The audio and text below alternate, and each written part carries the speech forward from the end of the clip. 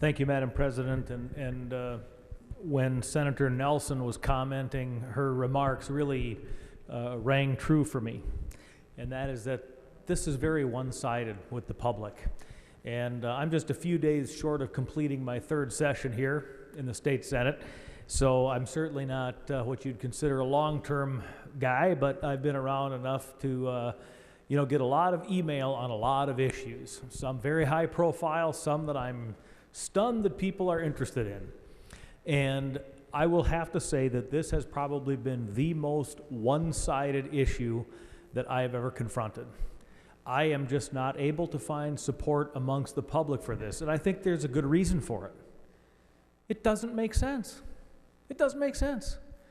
We all know what the labor union movement was about and what it was intended for, and I think every reasonable person, if you could wind the clock back to the turn from the 19th to the 20th century, would support the labor movement because it allowed individuals to unify to try to equal the bargaining power with large units called corporations, and that was the whole idea.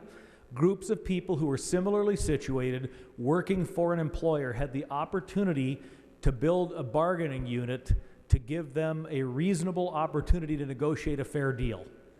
Common sense.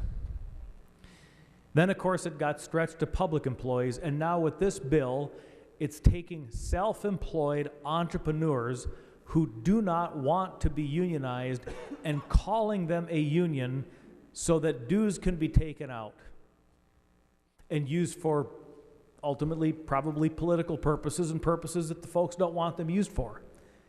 So this is why it's so one-sided, members. We can get into all the little technical details, and Lord knows we have, but the 30,000-foot view is it doesn't make sense.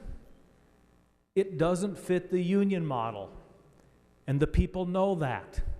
So then they ask themselves the question, well, why are we doing it? And the only conclusion that one can come to is that there seems to be political reasons to do it.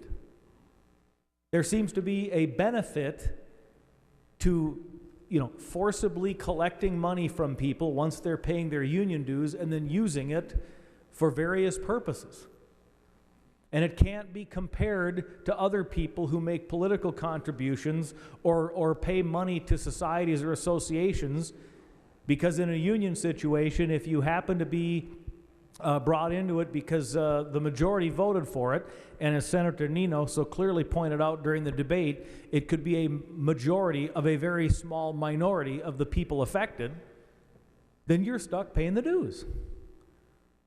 And so really, let's look at this from the broader perspective. It just doesn't make sense. It's not a union model. And I really hope that members will consider that this is something that is not wanted by the people and vote no.